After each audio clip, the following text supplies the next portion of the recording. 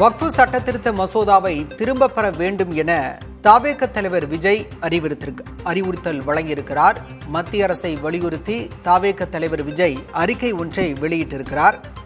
அதில் வக்ஃபு சட்டத்திருத்த மசோதாவை திரும்ப பெற வேண்டும் என அவர் வலியுறுத்தியிருக்கிறார். தவேக சார்பில் ஏற்கனவே போராட்டம் அறிவிக்கப்பட்டிருக்கும் நிலையில் வக்ஃபு மசோதாவை திரும்ப பெற வேண்டும் என தவேக தலைவரும் நடிகருமான விஜய் வலியுறுத்தியுள்ளார்.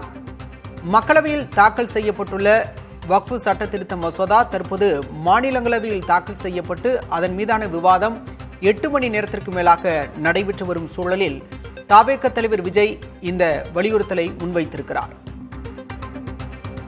விவரங்களோடு செய்தியாளர் சந்தானம் இணைந்திருக்கிறார். சந்தானம், தவேக தலைவர் விஜய் வெளியிட்டுள்ள அறிக்கையின் சாராம்சம் என்ன?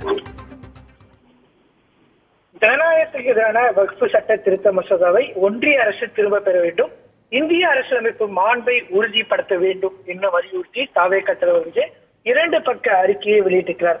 அதுல ஒன்றிய பாஜக அரசால் மக்களவையில் நிறைவேற்றப்பட்டுள்ள வக்ஃபு சட்ட திருத்த மசோதா மதசார்பற்ற இந்திய ஜனநாயகத்தின் அடிப்படை கொள்கைகளையும் அரசியலமைப்பின் மாண்பையும் மீண்டும் ஒருமுறை கேள்விக்கு உள்ளாக்கியுள்ளது என்றும், ஒன்றியத்தில் ஆளும் பாஜக அரசு தொடர்ந்து அரசியலமைப்பின் மீது களங்கம் ஏற்படுத்தி வரும் ஒரு மோசமான போக்காக வக்ஃப் வாரிய சட்ட திருத்த மசோதாவை நிறைவேற்றியுள்ளது.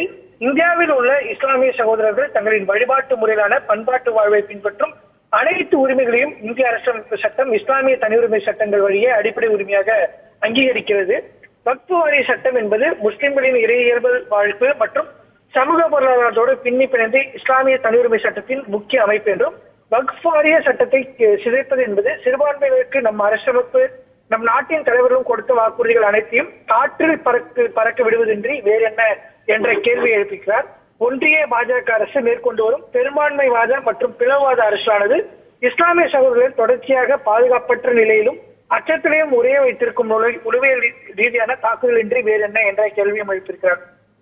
தொடர்ந்து அவர் கையில் ஆட்சி அதிகாரம் இருக்கிறது என்று ஒரே காரணத்துக்காக கூட்டணி கட்சிகள் துணையோடு எந்த ஒரு சமூக நல்லிணத்துக்கு எதிரான சட்டத்தையும் நிறைவேற்றிடலாம் என மனநிலையில் கொண்ட ஆட்சியாளர்கள் மக்களின் தன்னெழுச்சி மூலம் எதிர்கொண்ட விளைவுகளை வரலாற்று முழுக்க நாம் பார்த்திருக்கிறோம் என்றும், இஸ்லாமிய சிறுபான்மையின் நல காக்கவே இச்சட்ட திருத்தம் எதிர்கட்சியினர் அவர்களை தவறாக திசை திருப்புகிறார்கள் என்று வெற்றுவாதத்தை ஒன்றிய ஆளும் கட்சியினர் முன்வைக்கின்றனர் என்றும், ஒன்றிய பாஜக அரசு சொல்வது போல இது இஸ்லாமியர்களின் நலன் காக்கும் சட்டம் என்பது உண்மையானால் அதை தாக்கல் செய்யக்கூட அவர்களிடம் ஏன் இஸ்லாமிய பிரதிநிதி ஒருவர் கூட இல்லை என்ற கேள்வி எழுப்பியிருக்கிறார். ஜனநாயக அவையில் அது பற்றி விவாதிக்க போதுமான இஸ்லாமிய உறுப்பினர்கள் இல்லையே ஏன் என்ற கேள்வி எழுப்புகிறார். இதுதான் இன்று பாஜக அரசு நிறுவியுள்ள மிக மோசமான பெரும்பான்மைவாத ஆதிக்க அரசியல் என்றும், இந்தியாவின் அனைத்து எதிர்கட்சிகளும் மற்றும் ஜனநாயக சக்திகளும் இந்த சட்ட திருத்த மசோதாவை எதிர்க்கின்றன, ஒருமித்த குரலில் ஒன்றிய அரசின் செயலை கண்டிக்கின்றன. இந்த மசோதா பற்றி பரிசீலிக்க அமைக்கப்பட்ட நாடாளுமன்ற கூட்டுக்குழு வரலாற்றிலேயே முதன்முறையாக வழக்கத்திற்கு மாறாக இணக்கமான பரிந்துரைகளை மறுத்தது என்று அக்கூட்டுக்குழுவில் இடம்பெற்ற எதிர்கட்சி உறுப்பினர்களை குற்றம் சாட்டியுள்ளனர்.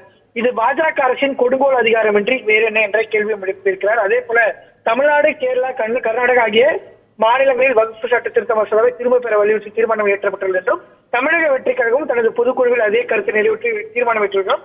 பாஜக அரசு இதனை செய்யாத பட்சத்தில் இஸ்லாமிய சகோதரோடு இணைந்து அவர்களின் வகுப்பு உரிமை சட்ட போராட்டத்தில் தமிழக வெற்றி கழகம் பங்கேற்கும் என்று அந்த 2 பக்க அறிக்கையில் அவர் தெரிவித்திருக்கிறார். ஜனநாயகத்திற்கு எதிரான வக்ஃபு சட்ட திருத்த மசோதாவை மத்திய அரசு திரும்ப பெற வேண்டும் என தவேக தலைவர் விஜய் அறிக்கையின் வாயிலாக வலியுறுத்தியிருக்கிறார். விரிவான விவரங்களுக்கு நன்றி சந்தானம்.